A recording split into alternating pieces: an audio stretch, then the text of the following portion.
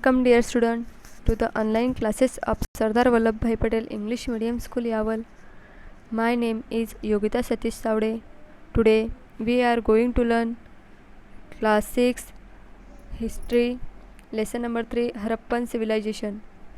इस लेसन में हमने पहले देखा था कि हरप्पन जो लोग थे वो किस तरह से धान्य पिकाते थे या महास्नान गृह उनका कैसा था, उनके जो घर थे उसकी रचना हमने देखी थी, उनके बर्तन हमने देखे थे, बर्तनों के बारे में जानकारी ली कि मिट्टी के जो बर्तन है वो बनाते थे उसकी जानकारी ली थी। अब हमें देखना है life in the Harappa civilisation, मतलब उनका लोक जीवन हमें यहाँ पर देखना है। The Harappan people practise agriculture the exhibition at Kalibangan. तो वो जो हरप्पन थे उनका कालीबंगन के यहाँ पर कुछ पुरावे मिले हैं कि वो लोग सबूत मिले हैं कि वो लोग नांगरते थे यानी खेत करते थे। खेत के नांगरने का पुरावा यहाँ पर सबूत वहाँ पर मिला है। The people there grew different crops mainly wheat and barley. वहाँ पर बहुत सारे पिक वो लेते थे जैसे कि गेहूँ, सत्तू, barley etcetera. And in Rajasthan barley was grown on a large scale while in Gujarat. Rajasthan में ज़्यादा से ज़्यादा बार्ली ली जाती है और गुजरात में भी। गुजरात में क्या लिया जाता है फिर? It was Ragi. Ragi means नाचनी। तो नाचनी का पिक वहाँ पर लिया जाता है। तो पियाज, सिसेम एंड लेंटिल्स मतलब मसूर were also cultivated. The Harappan people were also familiar with cotton. तो वहाँ पर तिल, वाटाना यानी कि मसूर जैसे पिक वहाँ पर लिए जाते थे। और हड़प्पा संस्कृति के लोग जो थे वो ज़्यादा से ज़्यादा तौर पर कापूस यानी कपास का यहाँ पर उत्पादन करते थे। The statues the picture on the seal and remains of cloth found in the exhibition indicate that the Harappan people use to weave cloths. तो उनके जो उत्खनन में जो पुतले यानी जो स्टैचूज मिले हैं, जो मुद्राएं मिली हैं, उन पर जो चित्र है वहाँ से उससे हमें यह ध्यान में आता है कि ये जो लोग थे उनके जो कपड़े पहनने का जो तरीका था वह ऐसा था कि वो कपड़े बनाते थे यानी वो कपड़ा जो था वो कॉटन से विनकर वहाँ पर कपड़ा तैयार करते थे। उससे हमें पता चलता है। The dress of both men and women consisted of knee length cloth and upper garment यानी कि अपने जो नीज रहते हैं उस तक लंबा इतना कपड़ा वो पहनते थे। और उनका जो स्त्री और पुरुष उनके दोनों के पोशाक जो थे थोड़े से एक जैसे ही थे। और वो उपरना का यूज वहाँ पर करते थे यानी कि बड़ा सा रुमाल वहाँ पर वो यूज़ करते थे अपर गारमेंट के लिए। अब हमें नीचे देखना, यहाँ पर कुछ पिक्चर्स दिए हैं जो कि हरप्पन सिविलाइजेशन के लोग जो थे वो ऑर्नामेंट्स यानी जो दागिने वो यूज़ किया करते थे उसके बारे में, जेवराज के बारे में जानकारी दी है। यहाँ पर वो पिक्चर्स दिया है। Many types of ornament have been found in exhibition. इस तरह से अलग अलग ऑर्नामेंट्स वहाँ पर मिले हैं एग्जीबिशन के टाइम पर। They are made of gold, copper, precious stone as also shells, cowries, seeds etcetera. तो जो दागिने थे वो जो जेवराज थे वो सोना, चांदी या मेटल इस जैसे मेटल से बने थे। यहाँ पर कुछ दागिनों में रत्ने या शिंपले भी वहाँ पर बनाए गए थे, उससे लगाए गए थे। Woman wore bangles right up to the their upper arm यानी कि वो पूरा हाथ भर के अपने आर्म तक, शोल्डर तक वहाँ पर वो अपने बाजुओं में जो बैंगल्स थे वो पहनते थे, चूड़ियाँ पहनते थे। A statue found at Harappan site present an excellent specimen of their art. तो वहाँ पर एक स्टैचू मिला है जो वैशिष्ट्यपूर्ण ऐसा जो स्टैचू है उसका जो नमूना है वो बहुत ही उत्कृष्ट है। दे आर तो जो है उससे हमें बहुत सारी जानकारी मिलती है कि उनके कपड़े पहनने के तरीका भी हमें यहाँ पर समझ में आता है। It shows the man's facial features very clearly. उस पर जो मैन है उसके जो चेहरे पर यानी उसके फेस पर जो उसके फीचर्स है यानी उसके जो तफसील्स होते हैं वो अच्छे से दिखाई पड़ रहे हैं हमें। A cloak with a beautiful trefoil pattern is draped across his shoulder. तो उसके शोल्डर पर जो क्लॉथ है, जो शॉल लपेटी हुई है, जो ऊपर ना है, उस पर जो डिज़ाइन है वो बहुत ही सुंदर ऐसी दिख रही है, जो कि त्रिदल की डिज़ाइन है। यहाँ पर तीन पानों की वहाँ पर डिज़ाइन बनाई गई है। ये डिज़ाइन यहाँ पर फूलों की बहुत ही सुंदर दिखाई दे रही है हमें। स्पेसिमेन ऑफ हड़प्पन आर्ट, यानी कि हड़प्पन कालीन जो कला का जो नमूना यहाँ पर मिला है उसके बारे में हमें जानकारी मिलती है इस पिक्चर से। अब हमें देखना है 3.6 trade.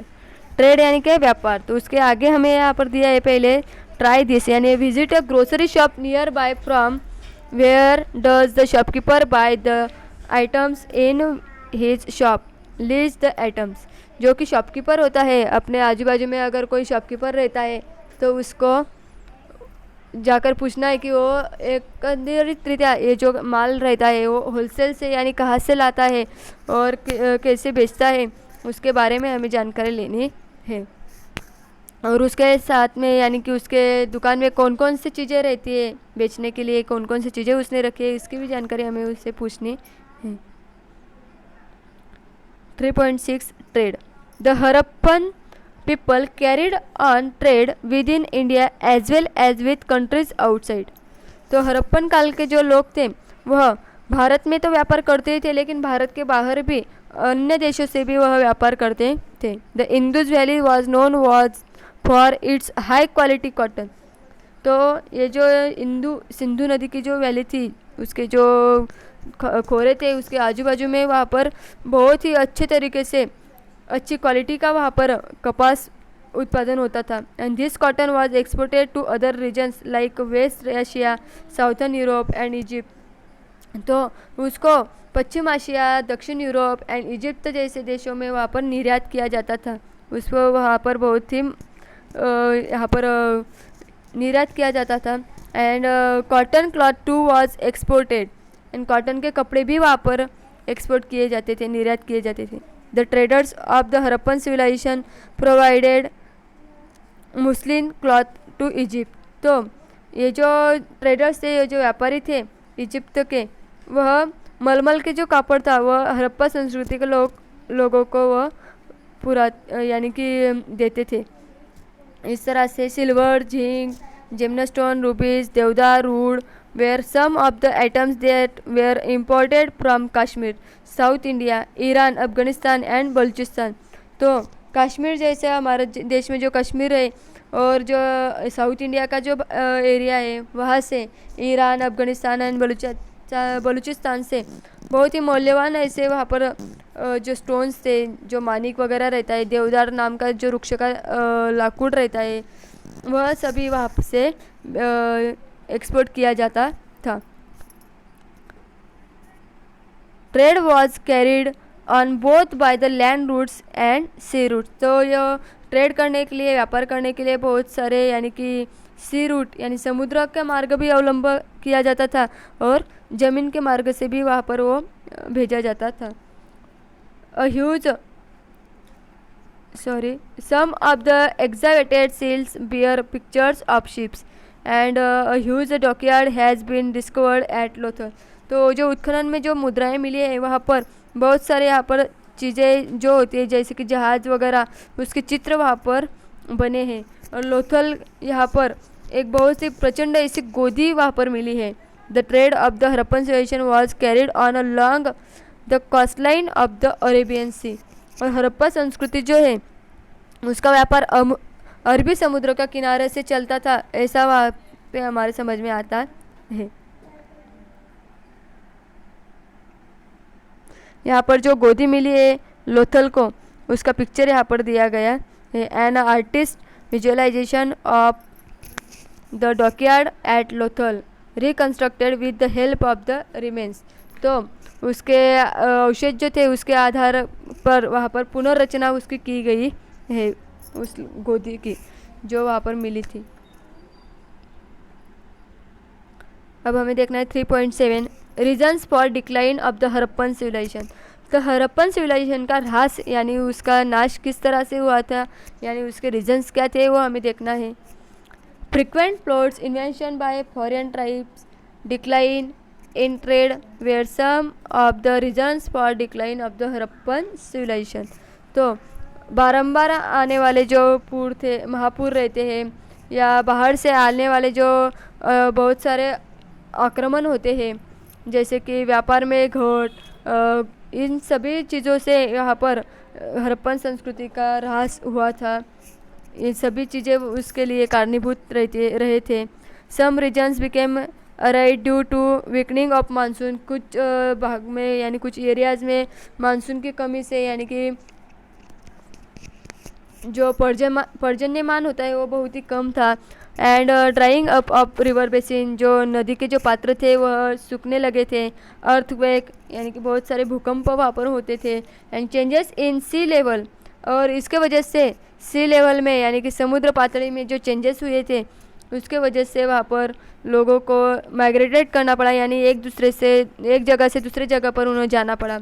And to other places leading to the decline of cities, इसीलिए वहाँ पर शहरों का यानी संस्कृति के जो शहर थे उसका ह्रास हुआ। And the Harappan civilisation was a prosperous and flourishing urban civilisation. It laid the foundation of the Indian civilisation.